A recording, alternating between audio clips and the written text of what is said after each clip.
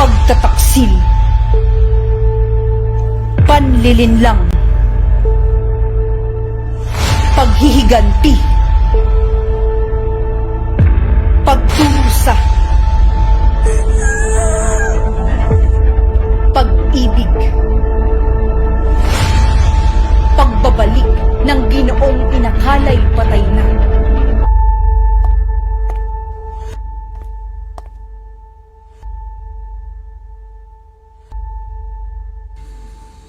Ginoong Ibarra, walang lihim na hindi nabubunyag.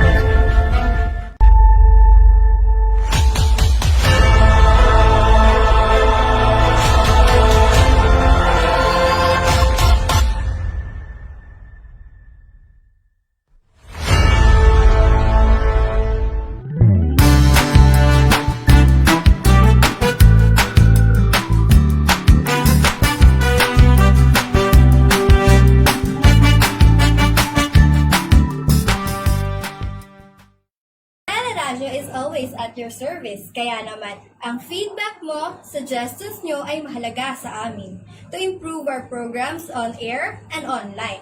Para alam ni teacher yung strengths as well as the things in your mind na mas makatutulong sa mas effective na pagkatuto sa Teleradyo. Please take time to send your feedbacks via Teleradyo Mu, which you can access by scanning the QR code on the right or typing the URL provided here, bit.ly/3ORVAY9. One more, this time you follow bit.ly/3ORVAY9. Kaya send your hashtag TBH o hashtag RT dito sa Teleradyo Mu, kung saan ang feedback mo, suggestions nyo ay mahalaga sa Teleradyo.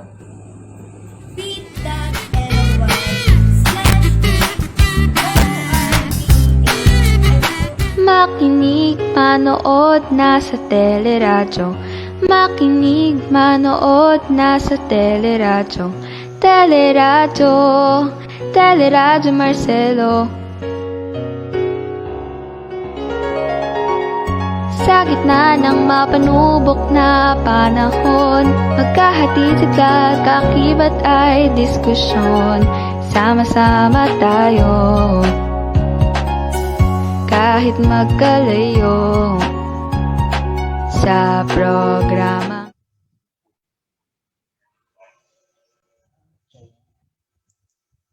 Isang maganda at mapagpalang hapon sa ating lahat. Magandang asal, mabuting tao, at magandang buhay sa inyo mga mag-aaral.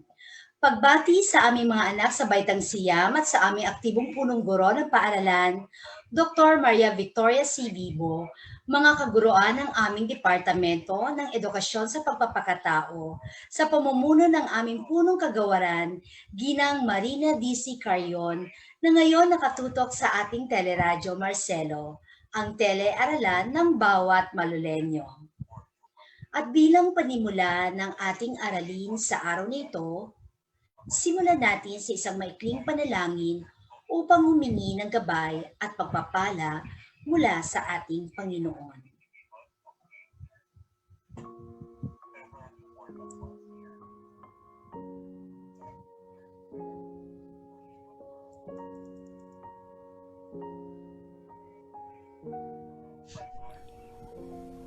Panginoon, maraming salamat po sa araw na ipinagaloob mo sa amin. Kami po ay nagpupuri sa mga biyayang ibinibigay mo. Salamat sa pagkakataong maipagpapatuloy namin ang aming pag-aaral sa kabila ng mga pagbabagong dulot ng kinakaharap naming pandemya. Bigyan niyo po kami ng karunungan na maunawaan ang mga bagong kaalamang ilalatag sa amin. Patawarin mo po kami sa mga pagkakataong kami nagkasala sa iyo. Gabayan mo po ang mga guro na patuloy na nag-aaral upang makasabay sa mga bagong kaalaman para sa mga mag-aaral. Lalong-lalo na po ang mga taong nasa mataas na katungkulan, upang maihanda nila ang nararapat at naaayon sa mga mag-aaral. Gabayan mo rin po ang aming mga magulang na sumusuporta sa aming mga pangailangan. Bigyan niyo po sila ng bukas na kaisipan upang makasabay sila sa bagong hamon sa pag-aaral. Ang lahat ng ito ay tinataas namin sa matamis na pangalan ni Jesus na aming tagapagligtas. Amen.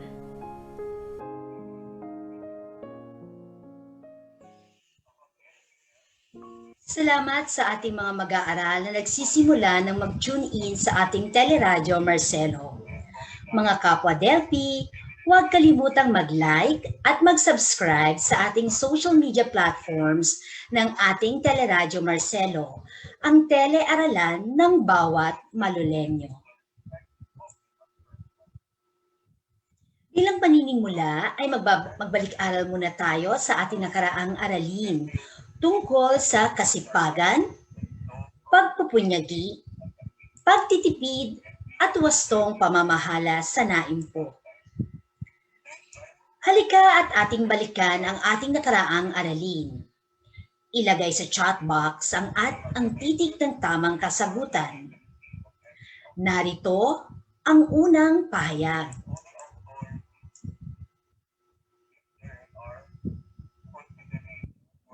Ayon sa kanya, kinakailangang tratuhin ang pag-iimpok na isang obligasyon at hindi opsyonal. Gaano man kalaki o kaliit ang kinikita, ay obligasyon natin sa ating sarili ang pag-iimpok. Ang mga pagpipilian ay A. Dr. Manuel D. B. Francisco Colayco, C. Sandy Javier, and D. Saint Thomas de Aquino o Santo Tomas de Aquino.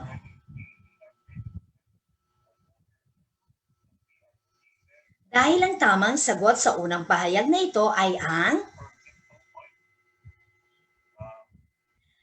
titik ba, si Francisco Colayco. Tama ang sagot ng lahat ng mga nagsulat o nag-type ng titik ba o titik B. Para sa ikalawang pahayag. Tumutukoy sa pagsisikap na gawin o tapusin ang isang gawain na mayroong kalidad.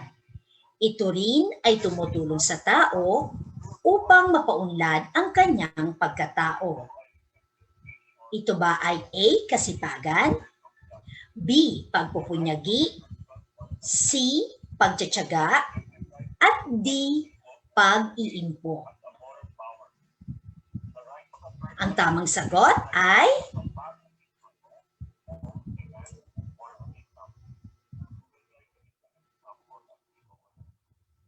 letter A, kasipagan.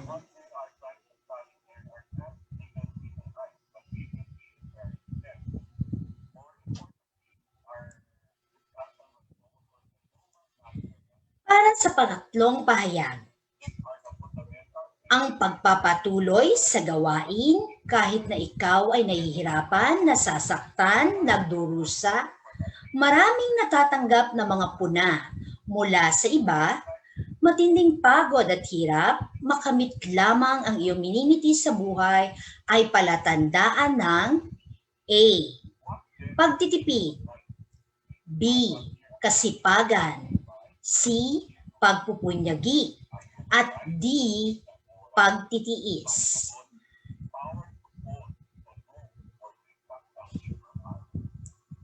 Ang tamang sagot ay letter C. Pagpupunyagi. Magaling. Para naman sa ikaapat na pahayag, ito ay kakambal ng pagbibigay, isang bertud na nagtuturo sa tao na hindi lamang mamuhay na masagana, Ito ay hindi paggasta ng pera ng walang saysay. Ito ba ay A, pagpupunyagi, B, kasipagan, C, pagtitipid, at D, pagtitiyaga? Ang tamang sagot, mga mag-aaral, ay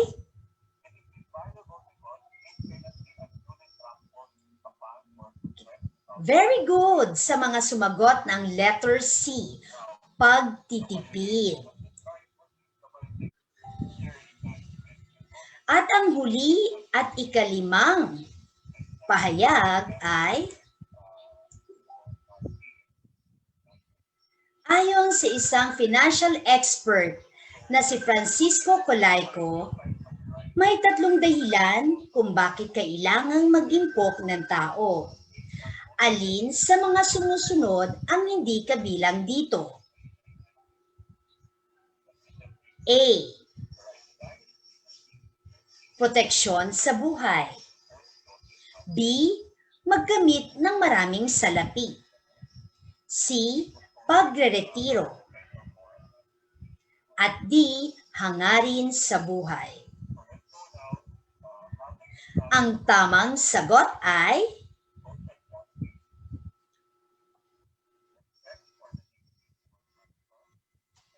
magaling, tama mga mag-aaral. Letter B, magkamit ng maraming salapi ang hindi kabilang.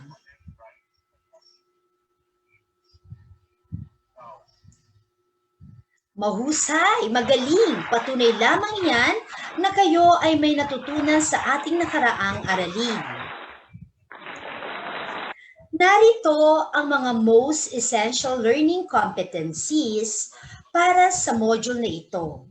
At inaasahan na ikaw ay magkakaroon ng mahalagang pagkatuto sa konsepto ng mga pansariling salik sa pagpili ng track o kursong academic, technical vocational, sining at disenyo at sports.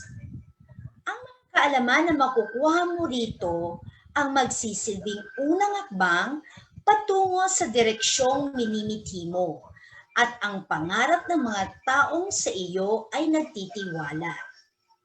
Number 1. Nakikilala ang mga pagbabago sa kanyang talento, kakayahan at hilig. At naiuugnay ang mga ito sa pipiliing kursong akademiko, technical vocational, sining at palakasan o negosyo. Ikalawa, napagninilayan ang mga mahalagang hakbang na ginawa upang mapaunlad ang kanyang talento at kakayahan ayon sa kanyang hilig, mithiin, lokal at global na demand. Ikatlo, napatutunayan na ang pagiging tugma ng mga personal na salik sa mga pangangailangan sa napiling kursong akademiko, technical vocational, sining at sports o negosyo ay daan upang magkaroon ng makabuluhang hanap buhay o negosyo at matiyak ang pagiging produktibo at pakikibahagi sa pagpapaunlad ng ekonomiya ng bansa. At ang panghuli, natutukoy ang kanyang mga paghahandang gagawin upang makamit ang piniling kursong akademiko, technical vocational, sining at palakasan o negosyo. At bago natin talakayin ang nilalaman ng ating aralin, tunghayan ang mga larawan na sumusunod, tukuyin kung anong track o kurso sa senior high school ang ipinahihiwati. Piliin sa talahan na yan ang maaaring isagot. Ilagay lamang ang iyong kasagutan sa comment section. Akademiko, technical vocational, sining at disenyo, o sports.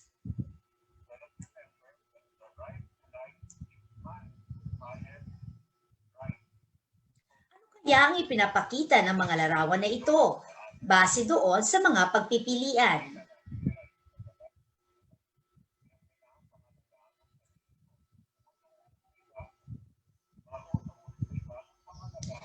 Ang tamang kasagutan ay tama kayo mga mag-aaral. Ito ay sports. Tingnan naman natin ang ikalawang larawan. Ano kayang track sa senior high school ang ipinapakita?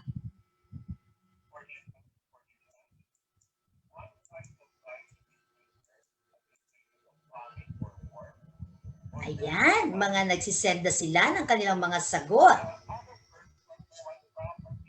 Dahil ang tamang kasagutan sa mga larawang ito ay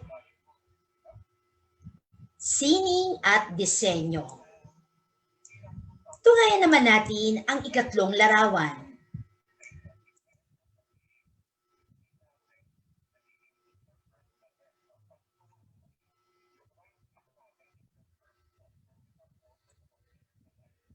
Pag-isipan kung ano ang sinasabi ng mga larawang ito.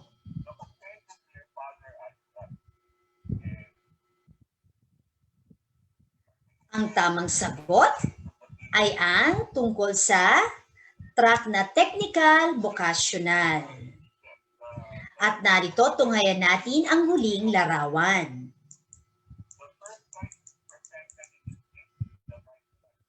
Ano kayang track ang mga ito?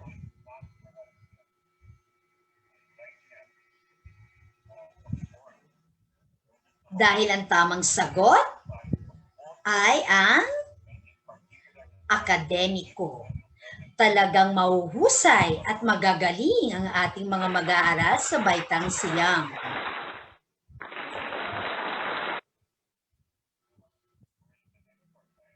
Pansariling salik sa pagpili ng tamang kursong akademiko, technical vocational, sining at sports. Handa ka na ba? Ang malimit na tanong ng taong hinihintay ang iyong paghahanda sa isang gawain. Madalas ito rin ang linya ng inyong guro bago ang pagsusulit o di kaya naman ay nasasambit ng isang game master sa kanyang contest bago magsimula ang competition o laro. Kawiwiling tanong ngunit nakakagulat kung paano ito sasagutin ng mabilisan.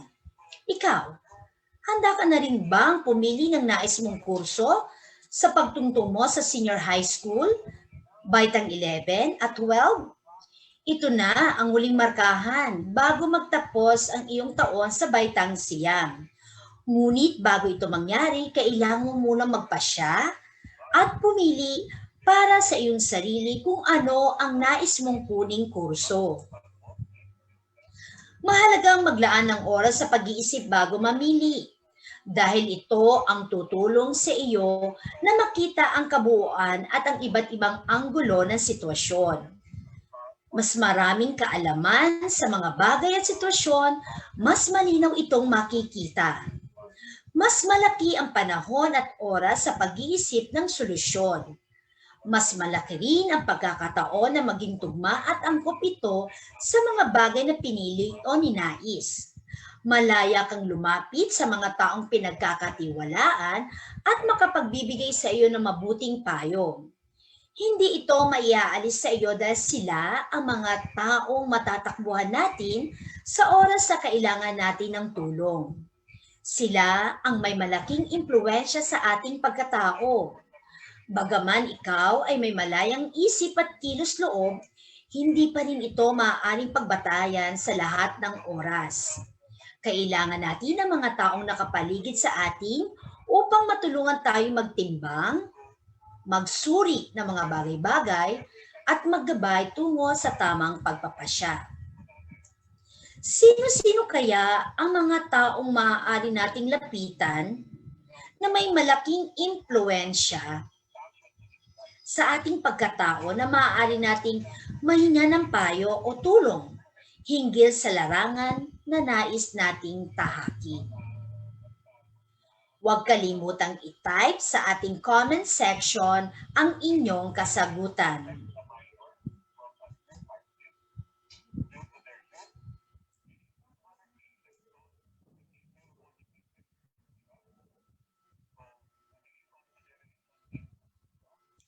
Tama kayo diyan.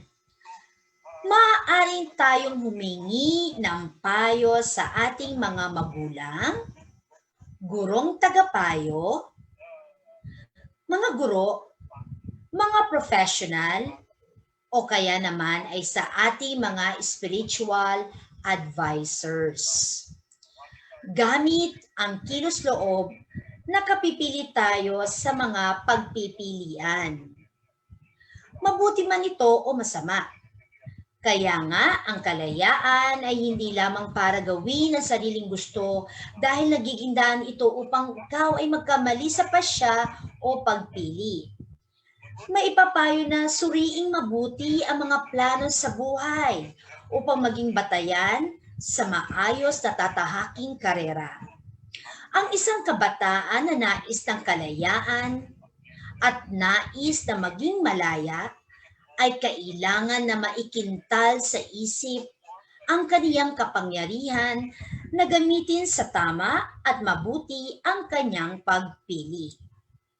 Sa yugtong kinalalagyan mo ngayon, mainam na matutuhan mo na ang buhay ay binubuo ng maraming pagpipilian. Lahat ng bagay sa mundo ay dapat na pag-isipang mabuti. Kahit ang taong ayaw pumili o magpasya o makailam sa isang bagay o sitwasyon ay pumipili pa rin sa isang aksyon o kilos. Ang hindi pagpili o hindi pakikialam. Dahil ang tao ay malaya at may kakayahang pumili, siya ay inaasahang maging mapanagutan sa piniling pasya at maging masaya para dito. Matapos mong mapagmalas ng kasipagan sa pag-aaral, paghahasa ng iyong isipan sa mga pagsusulit, at pagbubuo ng mga konsepto mula sa lahat ng iyong mga natutuhan, ano naman kaya ang paghahandang iyong ginawa upang makapili ng angkop o tamang kurso tungo sa hanap buhay o trabahong iyong papasukin? Pareho rin kaya mga ito nung ikaw ay nasa baitang 7? Nagbago na ba ito dahil sa maraming mga bagay na dapat mo munang isipin bago ka magpasya?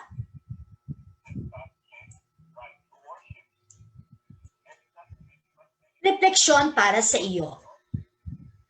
Manahimik sandali at maglaan ng panahon sa pagsagot ng mga ito. Una, kung babalikan mo ang baitang 7, pareho pa rin kaya ang kursong pinili mo noon sa ngayon? Kung iyon pa rin, ano ang naging batayan mo sa pagpili? I-type lamang ang inyong kasagutan sa ating comment section.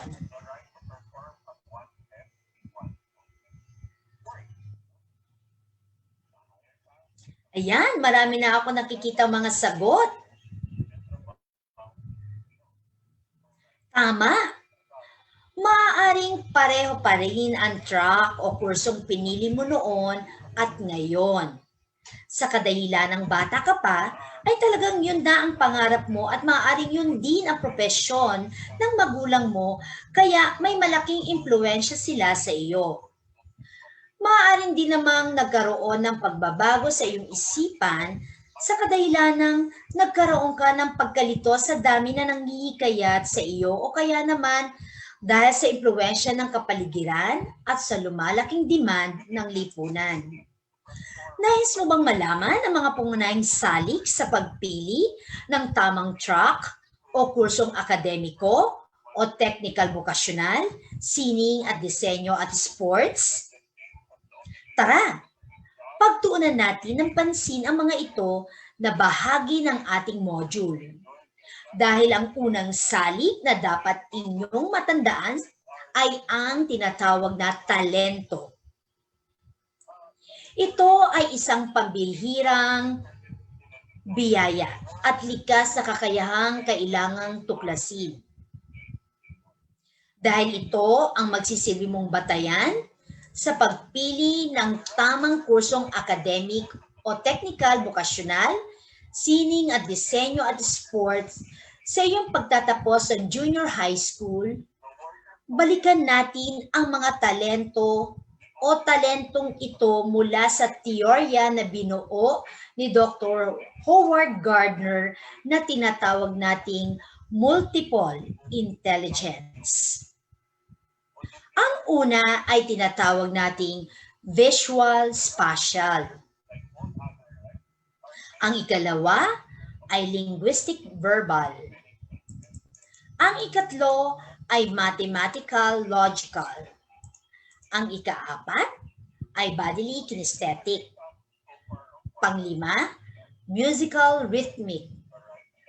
Anim, intrapersonal. Pito, interpersonal. At ang panghuli, existential.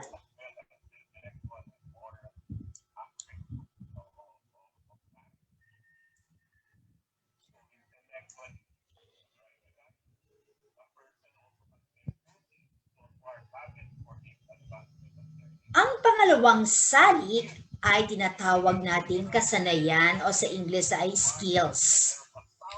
Isa ring mahalagang salik sa paghahanda sa pipiliing track o kurso. Ang mga kasanayang tinutukoy ay ang mga bagay kung saan tayo mahusay o magaling. Ito ay madalas na iniuugnay sa salitang abilidad, kakayahan o competency, o kahusayan o proficiency. Upang makilala at matukoy ang mga kasanayan sa isang bagay, kailangan may hilig o interes, may tiyak na potensyal at malawak na kaalaman. Narito ang mga kategoryang dapat tingnan at bigyan ng oras upang makatulong sa pagtukoy ng iyong kasanayan sa isang tinatawag na Career Planning Workbook noong 2006. Ang una na sinasaad dito ay kasanayan sa pakikiharap sa mga tao o sa English ay people skills. Ito ay nakikipagtulungan at nakikisama sa iba, magiliw, naglilingkod at nanghihikayat sa iba na kumilos, mag-isip, para sa iba. Ang ikalawa ay tinatawag namang kasanayan sa mga datos o data skills. Ito ay umahawak ng mga dokumento, datos, bilang, naglilista, o nag-aayos ng mga files at iniorganisa ito. Ang ikatlo ay tinatawag na kasanayan sa mga bagay-bagay or things skills. Nagpapaandar, nagpapanatili, o nagbubuo ng mga makina, inaayos ang mga kagamitan, nakakaunawa o umaayos sa mga pisikal, chemical, at biyolohikong mga functions. At ang panghuli ay tinatawag naman nating kasanayan sa mga ideya at solusyon or idea skills. Lumulutas sa mga mahihirap at technical na bagay at nagpapahayag ng mga saloobin at damdamin sa malikhaing paraan. At para sa pangatlong salik, ito ay tinatawag namang hilig. Nasasalamin ito sa mga paboritong gawain na nagpapasaya sa iyo dahil gusto mo at buo ang iyong puso na ibigay ang lahat ng makakaya nang hindi nakararamdam ng pagod o pagkabagot. Salungat dito ang mga gawain o bagay na ayaw mong gawin. Nakararamdam ka ng kawalan ng sigla at mabagal na pagkilos kung kaya maikling oras lamang ang iyong ginugugol sa mga ito, kumpara sa mga bagay na kinahihiligan mong gawin. Hindi mo pansin ang umahabang oras sa pagsasagawa ng mga ito dahil nasisiyahan kang gawin kahit ito ay mahirap sa paningin ng iba. Hinati ng psikolohistang si John Holland sa 6 ang mga jobs careers, work environments. Ito ay ang mga sumusunod. Tinatawag natin una na realistic.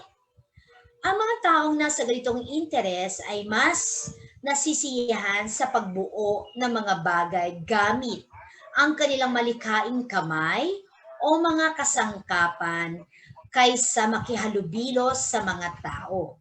Sila ay matapang, praktikal, at mahilig sa gawaing outdoor.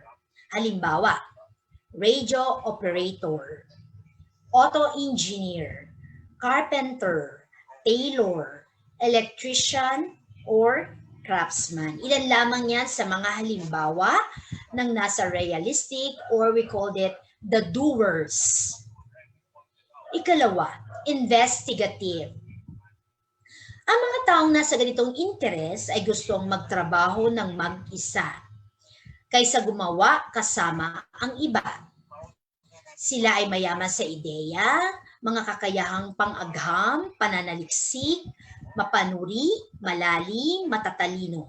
Halimbawa, okay, physician, chemist, biologist, psychiatrist, computer analyst, botanist, or zoologist. Sila nga ang tinatawag nating the thinkers.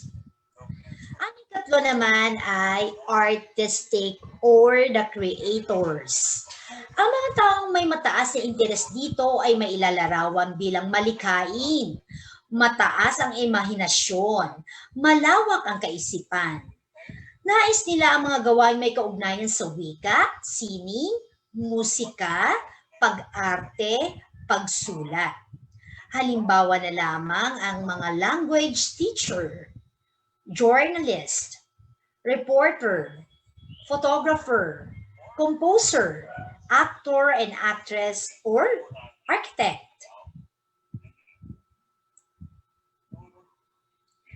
At ang isa uli ay ang social or tinatawag natin the helpers. Ang mga nasa ganitong grupo ay kakikitaan ng pagiging palakaibigan, popular, responsible o responsable. Gusto nila ang interaction, interesado sa mga talakayan ng mga problema o sitwasyon. Halimbawa, no, ang mga social welfare or social worker, counselors, mga teachers, minister, social service, or librarian. Ilan lamang ang mga yan, no? Sa tinatawag natin na nasa social na interest. Okay, ang sumunod ay tinatawag naman natin na enterprising or the persuaders. Likas sa mga taong persuaders ang nasa ganitong grupo ang pagiging mapanghikayat at mahusay mangumbinsi para makamit ang inaasahang target. Halimbawa na lamang ay ang mga sales and marketing, banker, contractor, lawyer, judge, or director.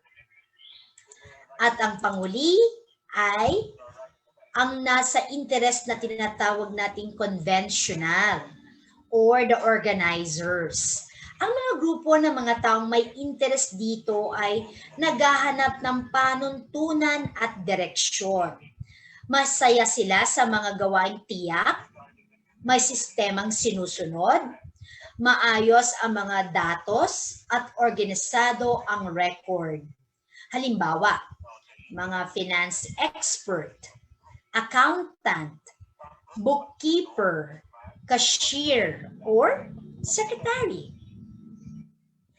At ang pang-apat na salik ay tinatawag nating pagpapahalaga. May kilala ka bang taong nakamit ang kanyang pangarap sa buhay nang dahil sa kanyang mga natatanging pagpapahalaga? Sa iyong palagay, ano kaya ang nagpaunlad sa mga taong ito?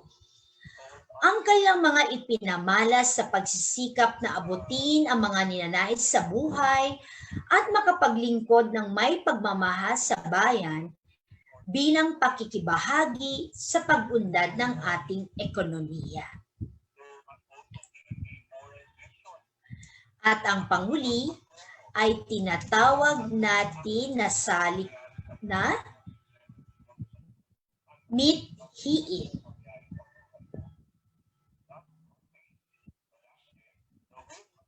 Kalakip ng pagkamit ng mitin sa buhay ay ang pagkakaroon ng matibay na personal na ng misyon sa buhay.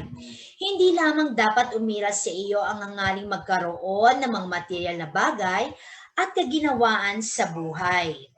Kailangan ay isipin rin ang pakikibahagi para sa kabutihang panlahat. Kung ngayon pa lamang sa mura mong edad, ay matutuhan mong bumuo ng iyong personal na misyon sa buhay, hindi malabong makamit mo ang iyong mitin sa buhay at sa iyong hinaharap. Ang 5 pansariling salik sa pagpili ng track o kurso ay ilan lamang na gabay tungo sa iyong maayos na pagpili patungo sa maunlad na hanap buhay na nag-aantay sa iyo sa pagtatapos mo sa senior high.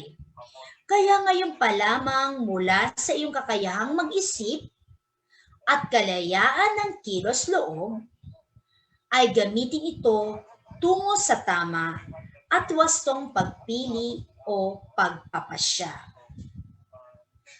Tunay na hindi ganon kadali ang pumili at tumukoy ng mga pagbabagong naranasan nung ikaw ay nasa baitang 7 na may kaugnayan sa talento, hilig, kasanayan, pagpapahalaga, at mithiin.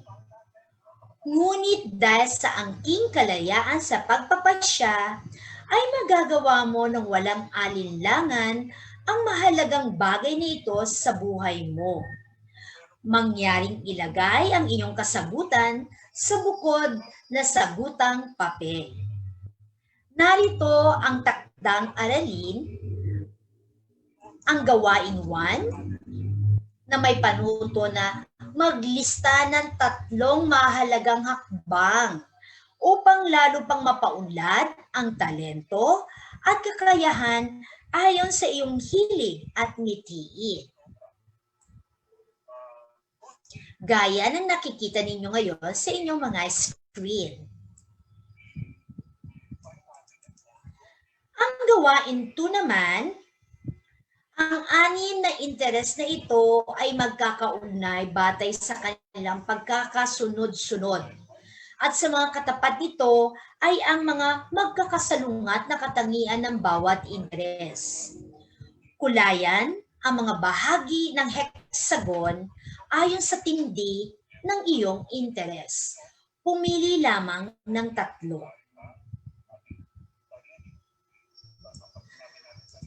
Ito ay paggawa ng aking hexagon ng mga hilig.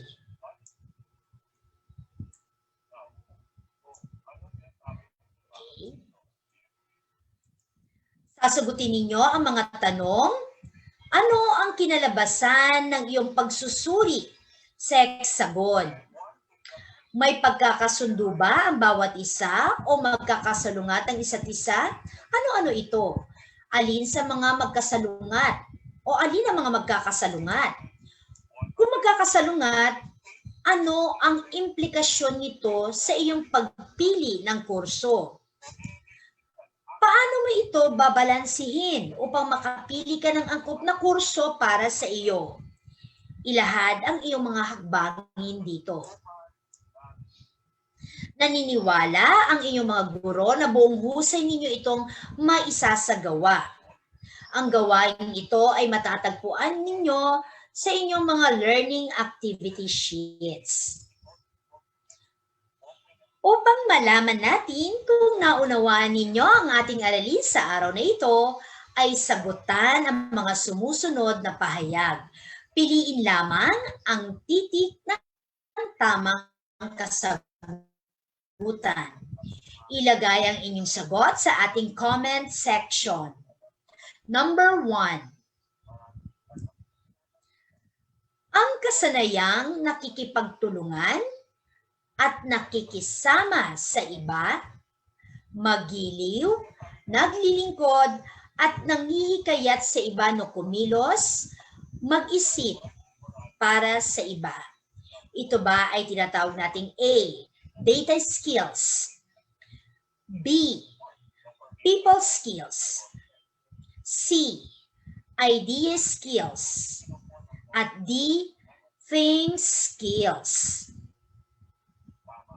Pag-isipang mabuti. Dahil ang tamang sagot ay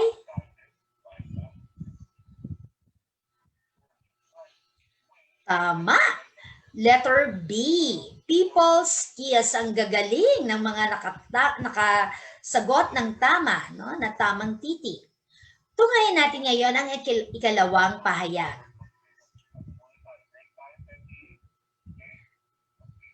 Alin sa mga pansariling salik na dapat pagbatayan sa pagpili ng kurso na may kinalaman sa iyong kausayan o galing sa isang bagay o tiyak na abilidad na maaaring matuklasan mula sa pakikiharap sa mga taong nakakasalamuha, paglutas sa mga mahihirap na bagay, pagbubuo at masistemang paraan sa pagkuha ng datos at iba pa.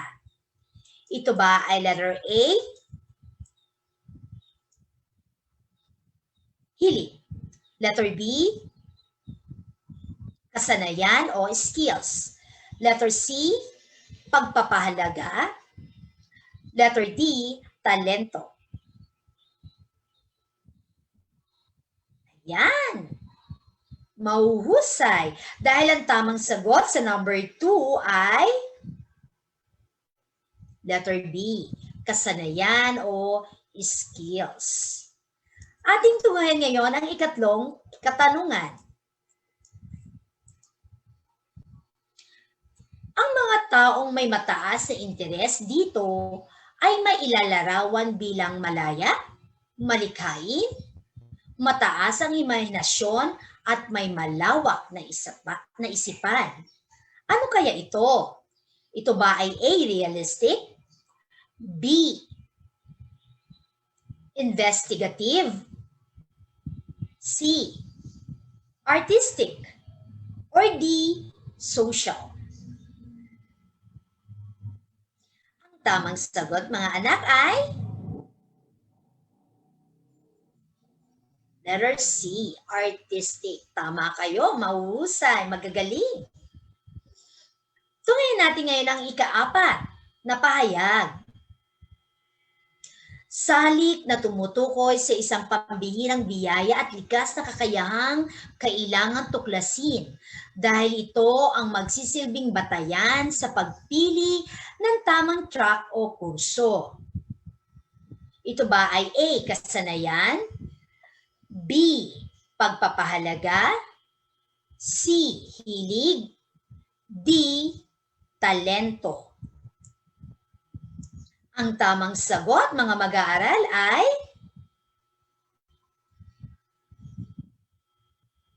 letter D, talento. Ang gagaling talaga. Tunay na mga nakinig ang mga batang ito. At ang panghuli at 5 pahayag. Naniniwala siya na ang bawat individual ay may iba't ibang angking katalinuhan at kakayahan. Siya ang bumuo ng teorya na tinatawag nating multiple intelligences. Letter A, John Holland. Letter B, Howard Gardner. Letter C, Stephen Covey. Letter D, Dr. Manuel D. Ang tamang sagot, nakikita ko na sa inyong mga comment box, ay napakahusay. Letter B, Howard Gardner. Mahusay. Ang huhusay talaga at magagaling ang ating mga mag-aaral.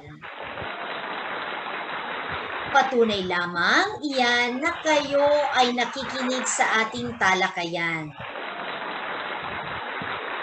Palaging tandaan, mga mag-aaral, na ang pagsusuri ng maigi at pagbabalanse ng kahalagahan at epekto sa iyo ng mga pansarili at panlabas sa salik ay higit na makapagbibigay ng tamang pasya na makatutulong upang maging produktibo bilang isang mamamayan.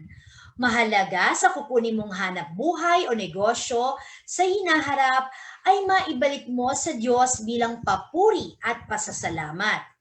Kung ano ang meron ka at naabot mo sa buhay pagdating ng panahon. Tunay na sa mga susunod na henerasyon, kayong mga kabataan ang susunod na mga leader sa tulong ng tamang paggabay ng inyong mga magulang, mga guro, at mga nakatatanda na nakapaligid sa inyo. Muli, maraming salamat sa aming mga mag-aaral sa inyong aktibong pakikilahok. Gayon din, isang taos-pusong pasasalamat sa bumubuo ng ating production team kay Ginang Filomena Santos bilang scriptwriter, kay Ginang Zara Jean Tanglao Viray, ang ating technical director, at ako po, ang inyong lingkod, si Ginang Dana Maclang, ang inyong broadcaster sa araw na ito. Ingat po tayo. Pagtataksil, panlilinlang, paghihiganti, pagturusa, pag-ibig, pagbabalik ng Ginoong inakalay patay na.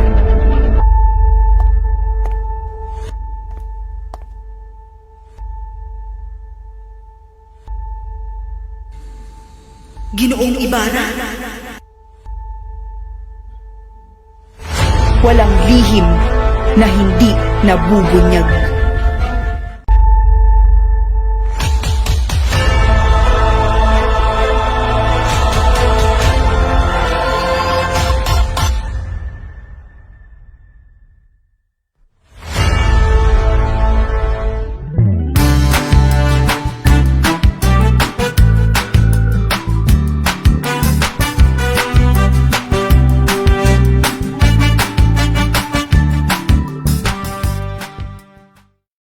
Radyo is always at your service. Kaya naman, ang feedback mo, suggestions nyo ay mahalaga sa amin to improve our programs on air and online. Para alam ni teacher yung strengths as well as the things in your mind na mas makatutulong sa mas effective na pagkatuto sa Teleradyo.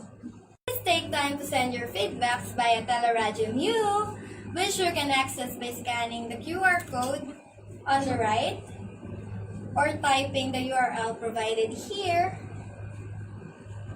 bit.ly/3ORVAY9. One more, this time you follow. bit.ly/3ORVAY9. Kaya send your hashtag TBH o hashtag RT dito sa Teleradyo Mu, kung saan ang feedback mo, suggestions nyo ay mahalaga sa Teleradyo.